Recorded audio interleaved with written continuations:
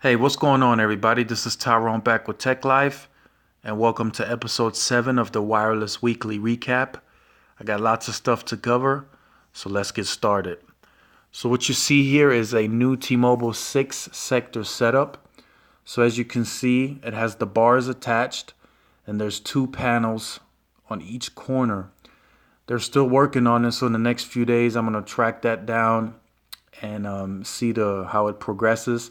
But there's supposed to be individual antennas, just one panel for the 700 attached as well. So the final product will look like this. This is their new setup. So it'll have these LTE AWS antennas attached, on each of the corners as I mentioned, and then one panel which will output the 700 will also be attached to each of those bars that you've seen on that first picture. So this is happening.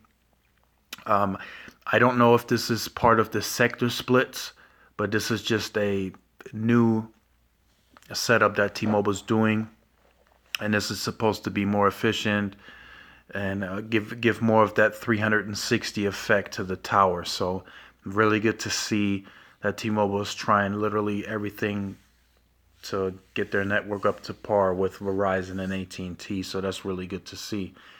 Next, we have a prepaid wireless Verizon store coming to El Paso. I reported these a few months ago that Verizon would start rolling out prepaid only stores. I spotted one the other day. Like I said, I go around town hunting for stuff, and I spotted one coming soon. I know the picture's kind of blurry. I don't know what happened, but this is coming soon. So really soon we're going to start seeing more of a widespread prepaid wireless stores from Verizon. Is it really necessary? In my opinion, no. They can just sell the prepaid out of the Verizon stores, but I guess they want to expand their footprint even more, so they're rolling out prepaid only stores. So you can't buy any postpaid in these stores. These are prepaid only. So what I'm thinking is in the future, once these stores start rolling out, we're going to start seeing even better deals on the prepaid side for Verizon. So to get people into the stores. So really good to see. Next, we have a expected capex chart, and as you can see, it looks like at&t is going up to about 24 billion. So that means their capex is expanding. Now the tricky part with at&t, that money is going all over the place. A lot of people speculate that it's just going to the wireless side, but they have wireless in the United States, and then they have wireless in Mexico. And then they also have the DirecTV portion, which I don't think they're using any of their own capital for that, but they're using the capital that DirecTV makes, is what I'm assuming. But of course, a part of that, all of this money could be spread out in that. But in preparation of 5G, I did see them going up more in capex and maybe even more going into 2018. So I'm wondering if Verizon would also match that capex as well. And as you can see, T-Mobile is by far the lowest, but they make do with what they got. So it's crazy how they were able to get the network this good and this advanced, spending that low. So definitely it's going to be really good to see how the networks progress through this year and into next year. So definitely good to see. So next we have speed tests. So this is out of New Jersey from Verizon. Let me see the exact city. Give me a second here. Alrighty, so this is out of Lyndhurst, New Jersey. So definitely good to see Verizon doing well there. One thing that I noticed, just on a side note, I've started noticing that Verizon's uploads are not doing too well. I don't know what it is, but the uplink seems to fade out. It gets slower and slower. They kind of run the same type of upload, like T-Mobile and at&t, where you have 15 dedicated to the download and 15 dedicated to the upload. But I guess in that area, a lot of people are uploading. That'd be my guess. On Sprint, the reason there is such a discrepancy between the two is because Sprint is running, let's say they're running the 40 megahertz for the LTE, and they have to split that between the two, so it'll actually be 35 megahertz for the download, and the other 5 will be for the upload. So that's how you see such a big discrepancy there. But I've seen Verizon max out at close to 50 on the upload, so I guess a lot of people are just uploading in these areas. So definitely just noticed that here as well in my market. I guess a lot more people are uploading for some reason, or Verizon might be tweaking some things on the upload. All right, next out of this is out of New York. So 178 on the download, 15 on the upload. So Verizon has a very robust and strong network in New York. You know, it's only right because it's a dense populated area. So I see Verizon just getting better and better as they invest more money there. So since it's their headquarters, so definitely good to see. So this one is out of Baltimore. This is on T-Mobile. So that's what I was talking about, the upload. This one's almost at 40. So if I'm thinking, you know, on the download, I get close to 200, I should be getting, you know, 30 or 40 at least on the upload, and very low ping as well. So there's a lot of these, more and more of these type of speed tests are surfacing with these high speeds. And I'm going to assume with the Galaxy S8 launching, we're going to start seeing a lot of these speed tests in the future. So looking forward to it, and appreciate all you guys for sending these in.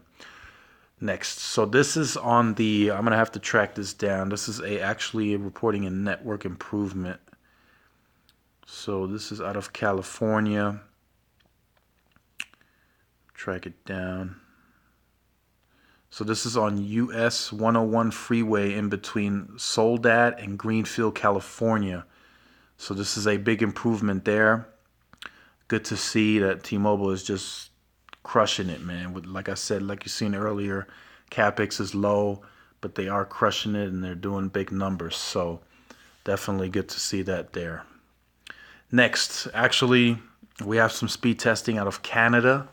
No, this is not any roaming. This is actual carriers out of Canada. So really good to see that the Canada networks are doing very well, and they're also doing the advanced features on the LTE. So as you can see, 34 ping, 120 on the download, 17 on the upload. So I guess all around, from what I've seen in Europe and all the other networks, upload is not much of a priority to any network. But I've seen uploads get to 100 on Wi-Fi. So in the future, I'm thinking as we upload more, I'm thinking that uploads will get better and better and better. Not just because the carriers prioritize it, just the advancements that technologies are making will allow upload to just get faster and faster. So it's really good to see.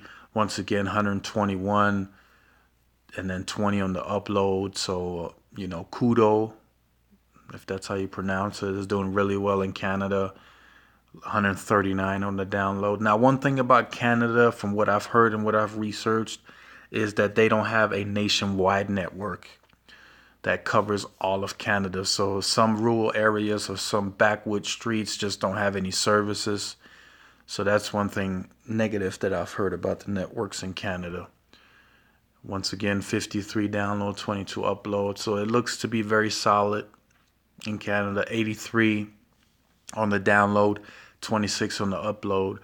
Ping seem to be around the same, and they remain low. Next, we have more speed testing out of Illinois. So that's really good to see. 51 and 33 on an iPhone 6. So with Verizon, that was the thing that I was mentioning in some of my other videos, is with Sprint and T-Mobile, it seems like you just have to get a new phone every 2 to 3 months to take advantage of newer speeds. And the companies itself, like the sales agents and the customer service reps, are using it as an excuse as to why the network is slow. It's like, okay, I've been experiencing slower speeds. Well, sir, you don't have the latest device that can take advantage of this technology, and that's the reason your speeds are slow. So I don't believe in that at all, but I've heard it many, many times. Especially back when they first announced Spark with Sprint, it was a big deal. It was like, oh, you need a tri-band device.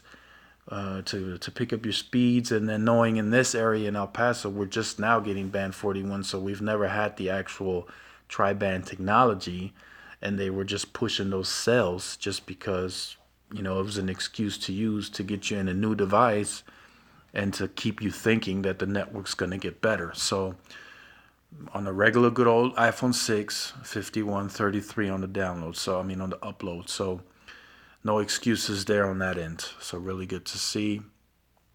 Once again, another one out of Illinois, 62 on the download, 8 on the upload. So really good to see this. So once again, I appreciate for all these speed tests being sent in. This is just more of a relaxed video, wireless recap. Like I said, T-Mobile is rolling out the new 6-sector setups. at&t increased their capex. So, lots of things happening. And, this week I'm going to have to report a lot more stuff because the merger talks are getting much, much, much bigger. And the rumors are going around a lot more. So definitely lots to report there. And, John Legere just got an increase in pay. So it looks like he might be remaining the CEO with whoever they merge with. So definitely lots to report there. And then, more videos coming. So definitely stay tuned for those. And leave your comments in the comment section down below. Keep sending in the speed tests. Much appreciated. Give these videos a thumbs up. It keeps me motivated, keeps me going. Like, share, subscribe. This is Tyrone with Tech Life, and I will see you guys in the next video. Peace.